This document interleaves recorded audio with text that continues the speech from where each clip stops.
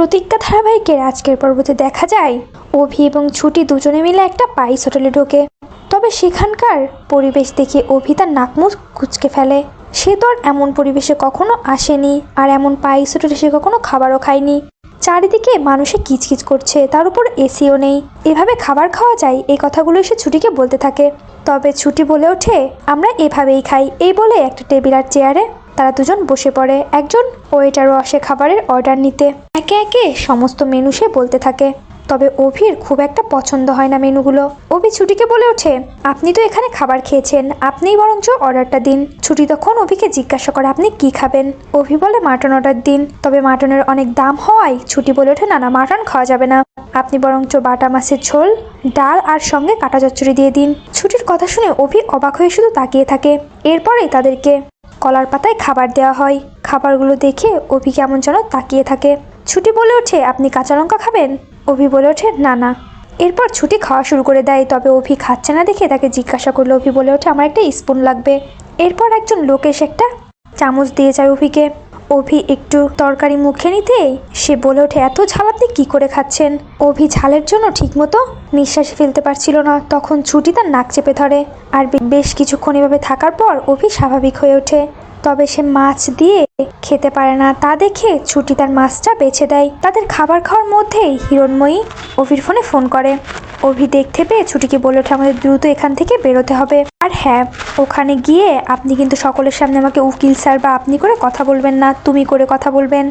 আর এটা খুবই জরুরি। আলাদা হলে হয়তো আপনি আমাকে আপনি করে বলতে পারেন, তবে সকলের সামনে তুমি করেই বলবেন। এরপরে তারা দুজন পাইস হোটেল থেকে বেরিয়ে পড়ে। অন্যদিকে দেখা যায় চৌধুরী বাড়িতে সকলেই বসে থাকে। সকলে অভির জন্যই বসে থাকে। ঠিক সেই মুহূর্তে চৌধুরী বাড়ির দরজায় এসে দাঁড়ায় অভি। অভিকে দেখে সকলে এগিয়ে আসে। ঠাম্মি বলে ওঠে, অভি, দাদু ভাই তোমার এত কি জরুরি কাজ পড়েছিল যে তুমি এমনটা করলে? আমাদেরকে অন্তত জানাতে তো পারতে। এখন দ্রুত এসো, এঙ্গেজমেন্টটা শেষ করতে হবে। হিরণময়ী অভিকে বলে ওঠে, তোমার এমন কি গুরুত্বপূর্ণ কাজ ছিল যে তোমাকে এভাবে বেরিয়ে পড়তে হলো? এমনকি কারোর ফোনটাও তুমি ধরছো না। তখন ঝুমকি এসে বলে ওঠে, এই তো আমার অভি চলে এসেছে। এরপর অভির হাত ধরে বলে ওঠে, চলো অভি, আমি যে তোমার জন্য অপেক্ষা করছি, আজ তো আমাদের এঙ্গেজমেন্ট।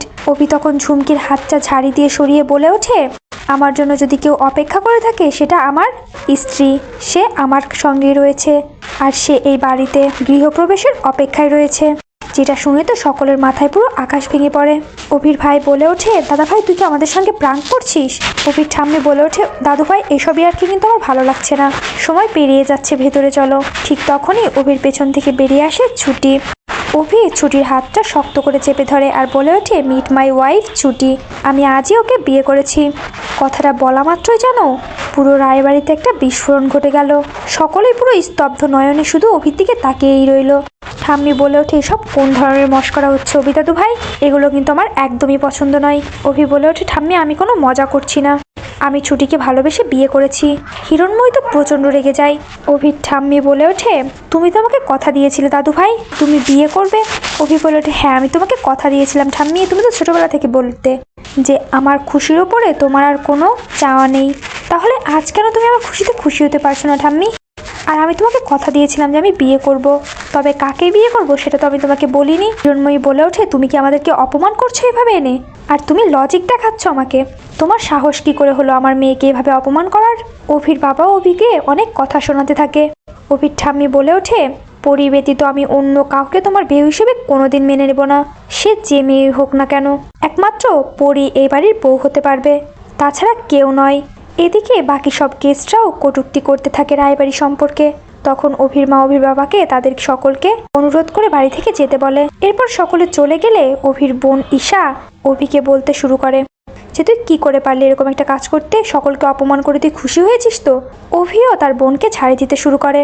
ঠিক তখনই অভির মা এসে অভির গালে ঠাটিয়ে চর বসিয়ে দেয়, যা দেখে তো সকলেই পুরো অবাক হয়ে যায়। আগামী পর্বে দেখা যায় অভি বলে ওঠে, আমি খুব টায়ার্ড, আমাকে ওকে নিয়ে ভেতরে যেতে দাও।